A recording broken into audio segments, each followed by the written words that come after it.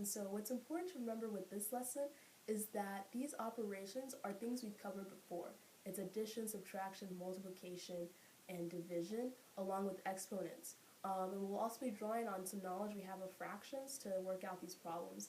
And so with that said, these problems are longer, but they're not harder. You know all the steps that you need to solve these problems. So what are the order of operations? So I've divided the order of operations into 4 blocks. The first block is parentheses, the second block is exponents, the third block is multiplication or division, and the fourth block is addition or subtraction. So your first step in solving one of these long operations is to do what's in parentheses.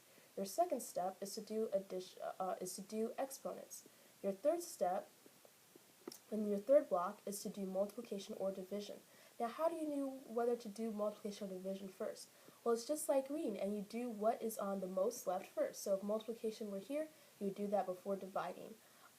Additionally, when you do addition or subtraction, you do what is on the most left first. And the reason why the third and fourth block are like this is because those operations have inverse relationships to each other.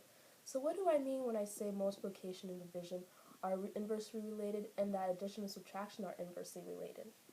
What that means is that multiplication and division are the reverse of each other, and that addition and subtraction are the reverse of each other. So if I start off with 6 and divide by 2, I get 3. If I start off with 3 and I want to return to 6, what do I have to do? I multiply by 2 to get to 6. Similarly, if I'm doing addition and subtraction, if I start with 6 and subtract 2, that gives me 4. If I start off with that 4 and I want to return to 6, meaning I want to undo the subtraction, what do? I add, and that will return me to 6.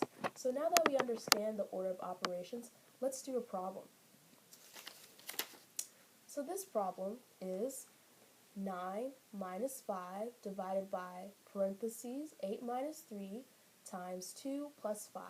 So the first step in solving these problems, we write what the order of operations is, and that's PEMDAS. And you see we have it in our 4 blocks. You can remember this by saying, please excuse my dear Aunt Sally, or please eat my dinner and soup. I encourage you to come up with your own memory device, that way it's personal and easier to remember, but those are just several ways you can remember this order. And so we've written that down. Then we look in the equation and see what do we have. So first we look for parentheses. We see here that we have in parentheses 8 minus 3, so that's the first operation that we do. And so that will give us 9 minus 5 divided by 5 times 2 plus 5. Next, we look for any exponents, and we can see none of these numbers have exponents. And so we write not applicable or no answer, and we move on to the third block, multiplication or division. Here we see we have division and multiplication.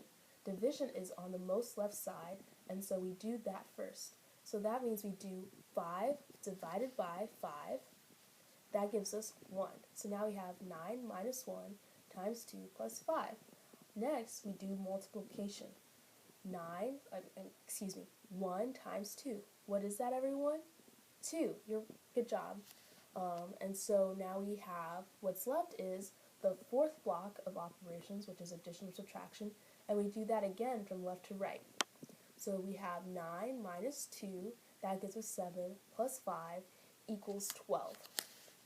And so from this long equation, we got the answer, which is 12, by again doing the 4 block of operations: parentheses, exponents, multiplication or division, addition or subtraction. Please excuse my dear Aunt Sally. What was that, Amanda? Okay. What happens when we don't follow the order of operations? Well, let's see. So let's take the exact same problem and just do it from left to right as though we were reading and see what happens. And as we can see, 0 does not equal 12. And so by not following the order of operations, we got a wrong answer.